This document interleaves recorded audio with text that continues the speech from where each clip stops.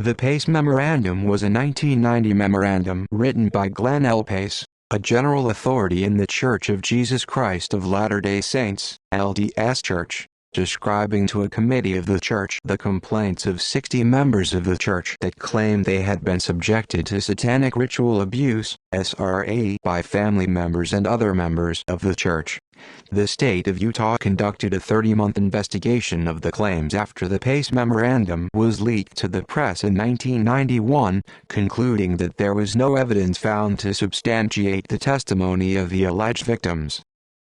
Background: the SRA moral panic began in the 1980s as children in the United States, subjected to coercive interviewing techniques at the hands of zealous social workers, made unsubstantiated allegations of bizarre satanic rituals and horrific sexual and physical abuse at the hands of daycare workers.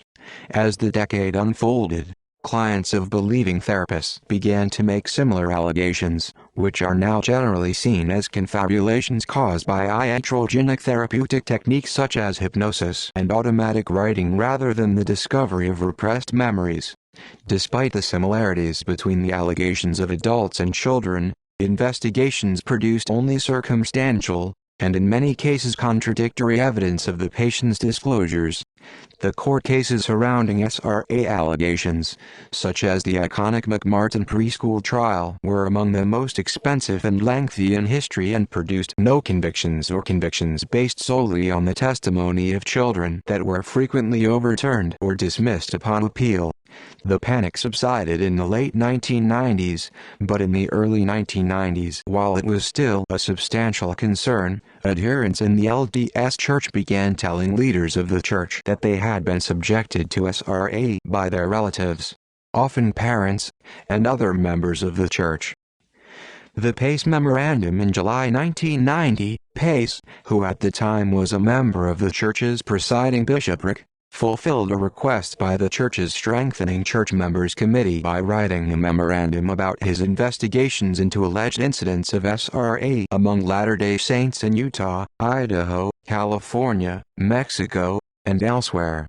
The memorandum was leaked to the press in October 1991. In his memo, Pace stated that he had met with 60 victims who had recovered memories of ritualistic abuse during their childhood.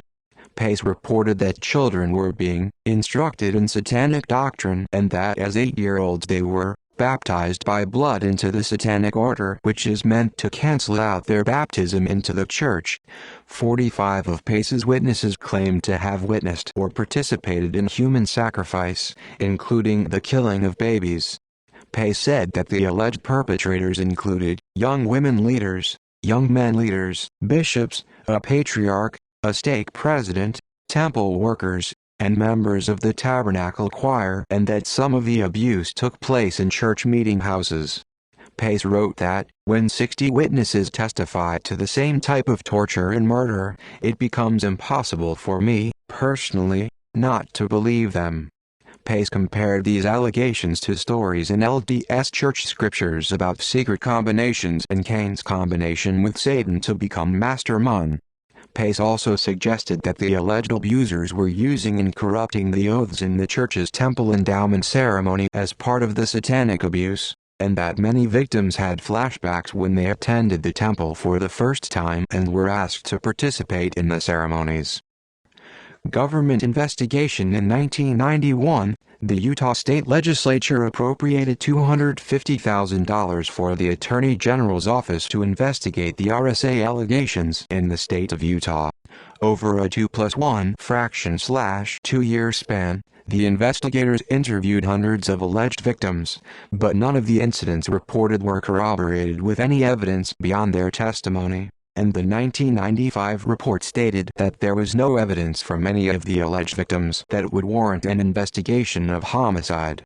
Mike King, the co-author of the report, told news media that the specific accusations against church leaders were absurd, and Jerry Laser, the head of psychiatry at LDS Hospital in Salt Lake City, said he has never been able to independently verify memories of satanic ritual abuse. Church reaction: the LDS Church has made no official statement related to the allegations related in the Pace Memorandum. However, one commentator has suggested that Apostle Richard G. Scott's sermon in the April 1992 General Conference of the Church may have been related to the SRA allegations. In his remarks, Scott warned Latter-day Saints, "I caution you not to participate in improper therapeutic practices that may cause you more harm than good." Detailed leading questions that probe your past may unwittingly trigger thoughts that are more imagination or fantasy than reality. They could lead to condemnation of another for acts that were not committed. While likely few in number, I know of cases where such therapy has caused great injustice to the innocent from unwittingly stimulated accusations that were later proven false. Memory, particularly adult memory of childhood experiences, is fallible. Remember, false accusation is also a sin.